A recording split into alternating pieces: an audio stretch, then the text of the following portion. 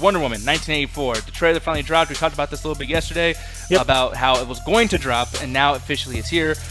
What did you guys feel about it? Alan, I'll have you go first, man. It's one of those things where when I was wondering what they're going to do for a sequel to it, and I mentioned this, I believe, either on the last pre-show or the last chat attack. What the fuck was I thinking? Oh yeah, the line from Bambi Superman is that I only left the world once. Like, it's only been in the world once, and that was in World War I. So 100 years later, she, that's in the Superman Batman shit happens.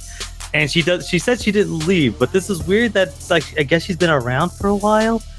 And I'm not sure, again, I'm assuming they're just going to ignore Bambi Superman, which is fine by me.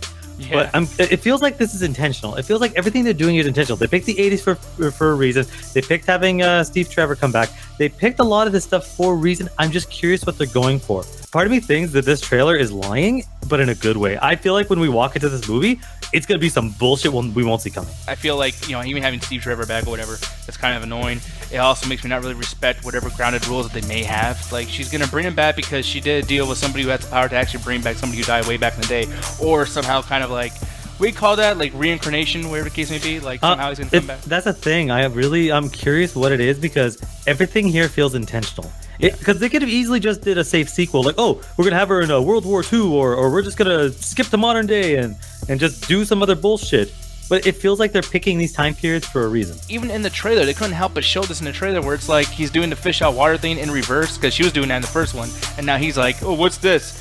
What art is this? It's like, it's a trash can. Oh, okay. Look, there's some people that think that shit's art, but that was fine by me that they're doing a bit of the fish out of water because it makes sense. Like, hey, he's fucking like 80 years after or 70 years after his fucking death. It's gonna be a little bit weird.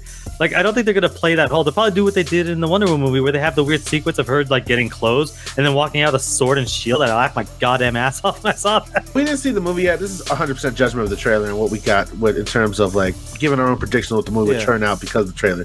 Yeah, the movie completely 100% different than that. Go check out the animated Grinch if you want to prove my point. But when it comes to this, man, I like the aesthetics of it going back into the 80s, mostly because they could do a lot of shit and keep the secrecy of superheroes still. Everyone's got a video camera. Everyone's got cameras on every block. Some people are recording you. Hell, even Spider-Man will have 15 people chase him down the block to see what corner he goes to change back to Peter Parker.